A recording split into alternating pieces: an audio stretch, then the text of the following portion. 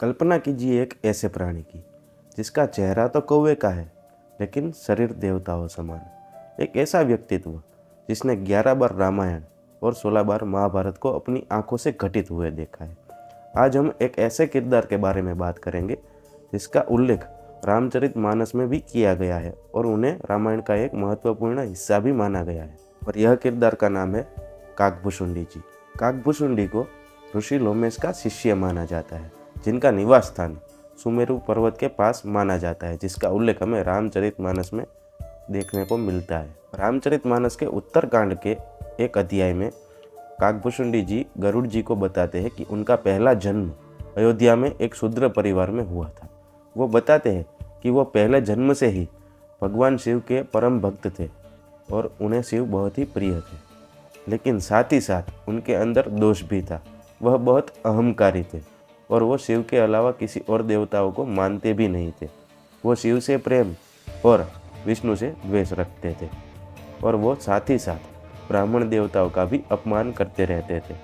फिर आता है उनके जीवन में वह मोड़ जब अयोध्या में अकाल पड़ जाता है और वो अयोध्या छोड़कर उज्जैन की तरफ जाते हैं, जहाँ उन्हें अत्यंत ज्ञानी और विनम्र ब्राह्मण गुरु की प्राप्ति होती है, जिनसे वह शिव मंत्र की दीक्षा भी लेते हैं।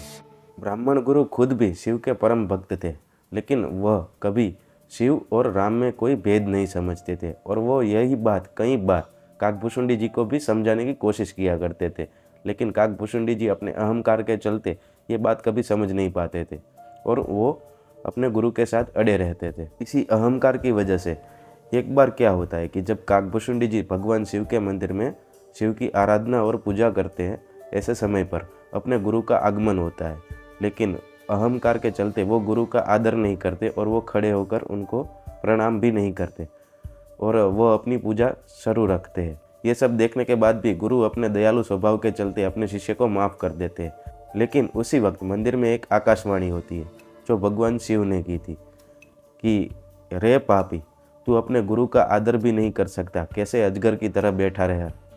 अब तू अजगर ही बन और हजारों योनियों तक जन्म ले और भटकता रहे। लेकिन इतना बड़ा श्राप सुनकर अपने शिष्य के बचाव के लिए गुरु अपने आराध्य शिव की पूजा और अर्चना करते हैं, जिससे प्रसन्न होकर शिव उस श्राप से कुछ बचने के उपाय बताते हैं और वो श्राप का काट भी कहते हैं। जहाँ भगवान शिव इस श्राप के बारे में कहते हैं कि हजारों योनियों में जन्म तो तुम लोगे, उसका कुछ नहीं हो सकता, लेकिन तुम्हें कभी मृत्यु का कष्ट नहीं भोगना पड़ेगा और तुम्हें अपने हर जन्म की हर बात हमेशा याद रहेगी, जिसकी वजह से तुम्हारा हर जन्म के बाद ज्ञान बढ़ता रहेगा और इस श्राप के अंततः तुम भगवान राम के परम भक्त बन जाओगे और तुम्हें राम की भक्ति प्राप्त होगी। इसी संवाद के अंत में गरुड़ जी उनसे पूछते हैं कि सर्वश्रेष्ठ जन्म आपका कौन सा था। तब गरुड़ जी बताते हुए कहते हैं कि मनुष्य का जन्म, जब हजारों योनियों में वो जन्म ले चुके थे, जहाँ उनका जन्म एक उत्तम ब्राह्मण कुल में हुआ था। इसके बाद उनका राम के प्रति प्रेम और सम्मान भी बढ़ता जा रहा था, साथ ही साथ भक्ति भी बढ़ती जा रही थी। अब ज्ञान की खोज में भटकते हुए काकभूषुंडी जी अपने लिए एक गुरु की तलाश कर रहे थे। इसके बाद उनकी भेंट ऋषि लोमेश से होती है, जो राम के परम भक्त भी थे और अत्यंत ज्ञानी भी। लेकिन यहाँ भी एक दिक्कत थी कि जो काकभूषुंडी जी थे वो साकार भक्ति में मानते थे और वहीं ऋषि लोमेश जी वो निराकार भक्ति में मानते थे और यही बातों पे वो अक्सर तर्क वितर्क भी करते रहते थे। दोनों अपनी अपनी भक्ति को महान बताते थे और ऐसे ही एक बार तर्क वितर्क के चलते ऋषि लोमेश अपना गुस्सा संभाल नहीं पाते। इसी गुस्से के चलते काकभूषुंडी जी को श्राप भी दे देते हैं कि तू एकदम पक्षी की तरह चपल है, इसलिए अब तू कौवा बन, और ऐसे उनको कौवा बनने का श्राप मिलता है।